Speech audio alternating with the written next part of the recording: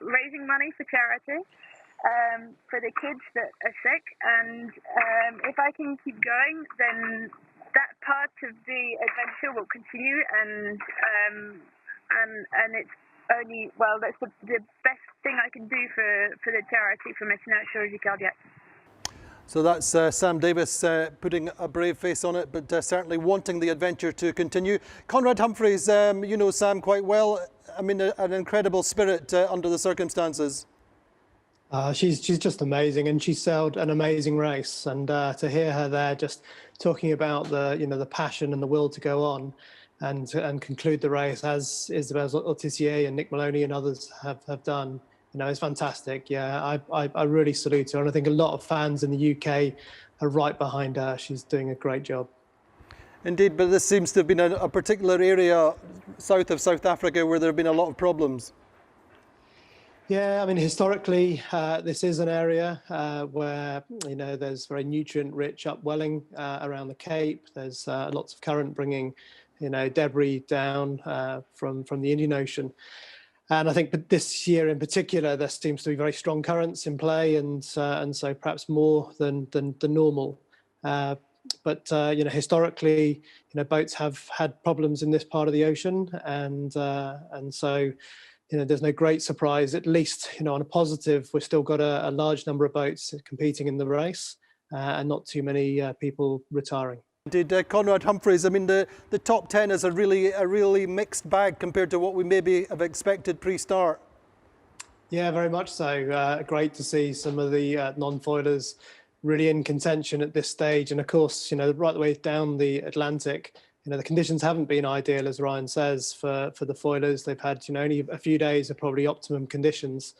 Although things that might change, in the coming week, where the Indian is starting to settle into a high pressure dominant to the north and a succession of lows to the south, and that may open up a little bit more favourable conditions for those lead group. But I fully expect to see Jean Le Cam and some of the other non-foilers, sailing a great race and staying in contention. Your thoughts on Charlie Dallin's race and his options there?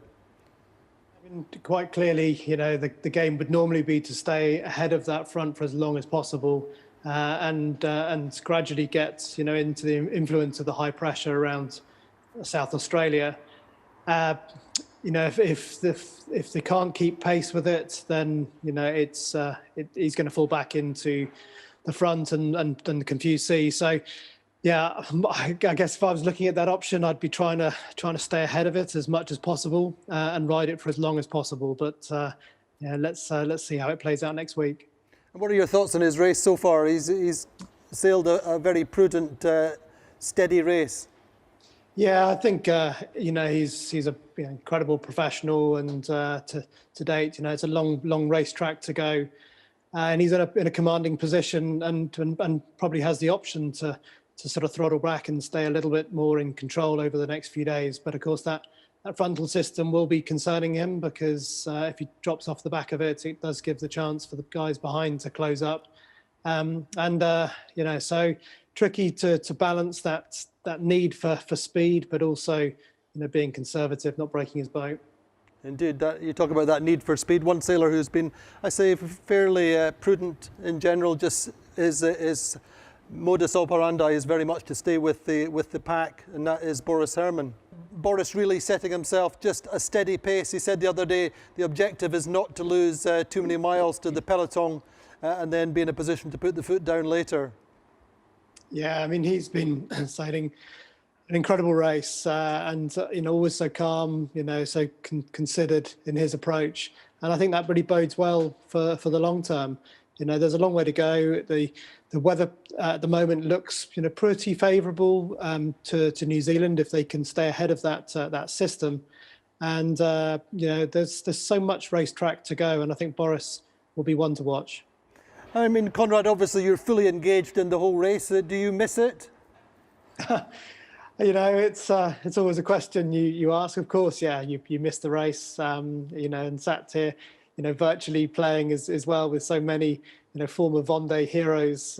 I'm sure they're all thinking the same thing. Where would they rather be at this moment in time? And the answer is?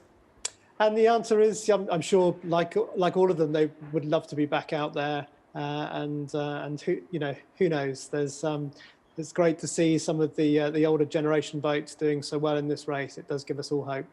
It does indeed. Boris, going really well. Conrad Humphreys, thank you so much for joining us. We would love to have you back at some course over the next few days, next few weeks. Thank you so much. And Ryan, this is your hot seat for the next week.